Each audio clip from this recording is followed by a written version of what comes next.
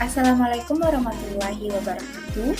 Kami dari kelompok 11 yang beranggotakan Elsya Fatma Adila, Wingga, dan saya sendiri Makfiratul Adila. Nah, di sini kami akan menjelaskan tentang catatan kaki. Yang pertama, definisi catatan kaki. Apakah teman-teman tahu definisi catatan kaki itu apa?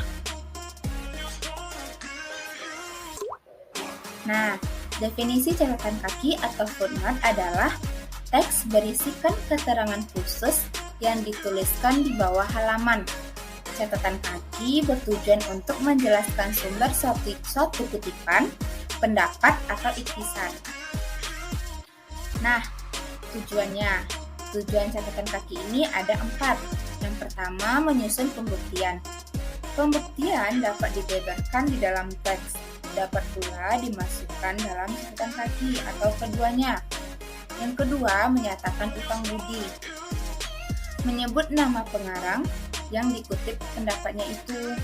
Yang ketiga, menyampaikan keterangan tambahan untuk memperkuat uraian di luar persoalan yang diperkenankan oleh teks. Yang keempat, merujuk bagian lain dari teks, yaitu menyediakan referensi untuk bagian lain dari tulisan, seperti memberi catatan untuk memeriksa hal atau bab lain sebelumnya. Kita lanjut ke teknik membuat catatan kaki. Yang pertama, catatan kaki harus dipisahkan oleh sebuah garis yang panjangnya 14 karakter dari margin kiri dan berjarak 4 spasi dari teks. Yang kedua, catatan kaki diketik berspasi 1. Yang ketiga, diberi nomor.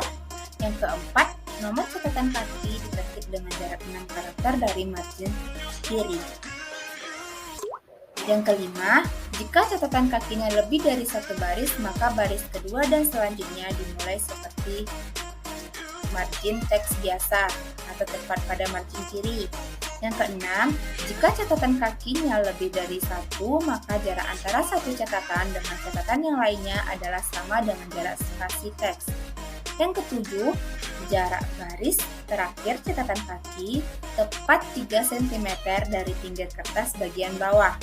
Dan yang kedelapan, keterangan yang panjang tidak boleh dilangkaukan ke halaman berikutnya. Lebih baik potong tulisan asli daripada memotong catatan kaki. Yang ke-9, jika keterangan yang sama menjadi berurutan, misalnya keterangan nomor 2 sama dengan nomor 3, cukup tuliskan kata ibit atau yang disebut ibit tersebut yaitu di tempat yang sama, daripada mengulang-ulang keterangan catatan kaki.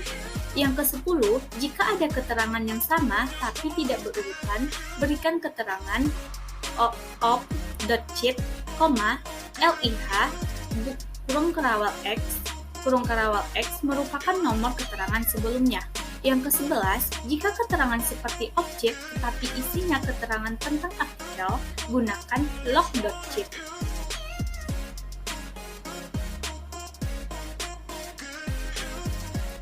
Cara membuat catatan kaki. Yang pertama, klik di mana kita ingin menambahkan catatan kaki. Yang kedua, klik referensi, kemudian klik menyisipkan catatan kaki. Word menyisipkan tanda referensi di teks dan menambahkan tanda catatan kaki di bagian bawah halaman. Yang ketiga, ketik teks catatan kaki. Langkah-langkah membuat catatan kaki yaitu seperti ini, yaitu pada langkah yang pertama tadi yaitu klik di mana kita ingin menambahkan catatan kaki. Yang keduanya yaitu klik referensi, kemudian menyisipkan catatan kaki. Langkah yang ketiga yaitu klik teks catatan kaki, seperti gambar yang tertera pada ini. Contoh catatan kaki yang pertama adalah dari buku. Contohnya, Budi Martono, penyusutan dan pengamanan arsip vital dalam manajemen kearsipan.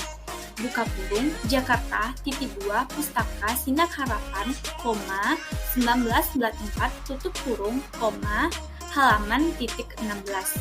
Yang kedua adalah sumber artikel dalam terbitan berkala, atau majalah, jurnal, ilmiah. Yang ketiga, sumber artikel dalam sebuah buku atau kumpulan karangan. Yang keempat, catatan kaki sumber makalah seminar. Baiklah, selanjutnya poin yang kelima ada sumber terbitan pemerintah, yaitu Peraturan Pemerintah Nomor 34 Tahun 1979 tentang penyusutan arsip pasal 6. Dan yang keenam, sumber terbitan organisasi, Developing and Operating and Report Application Program, ARPMA, tahun 1986. Dan yang ketujuh, sumber lisan, wawancara dengan Mujono NA tanggal 13 Oktober di kantor Kepatian Yogyakarta. Dan yang ke-8 ada sumber karya ilmiah yang tidak diterbitkan oleh LPA, skripsi tesis, dan disertasi. Dan yang ke-9 ada catatan kaki yang ditulis dari 2, 3, atau lebih banyak pengarang. Contohnya seperti format penulisan, ada nama pengarang, judul buku, kota terbit, nama penerbit, tahun terbit, dan nomor halamannya.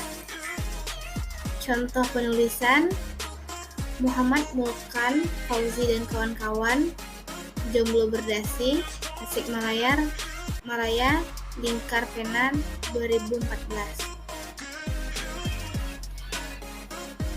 Dan untuk kesimpulan pada materi kami yaitu catatan kaki adalah keterangan-keterangan atas teks karangan yang ditempatkan pada kaki halaman karangan yang bersangkutan.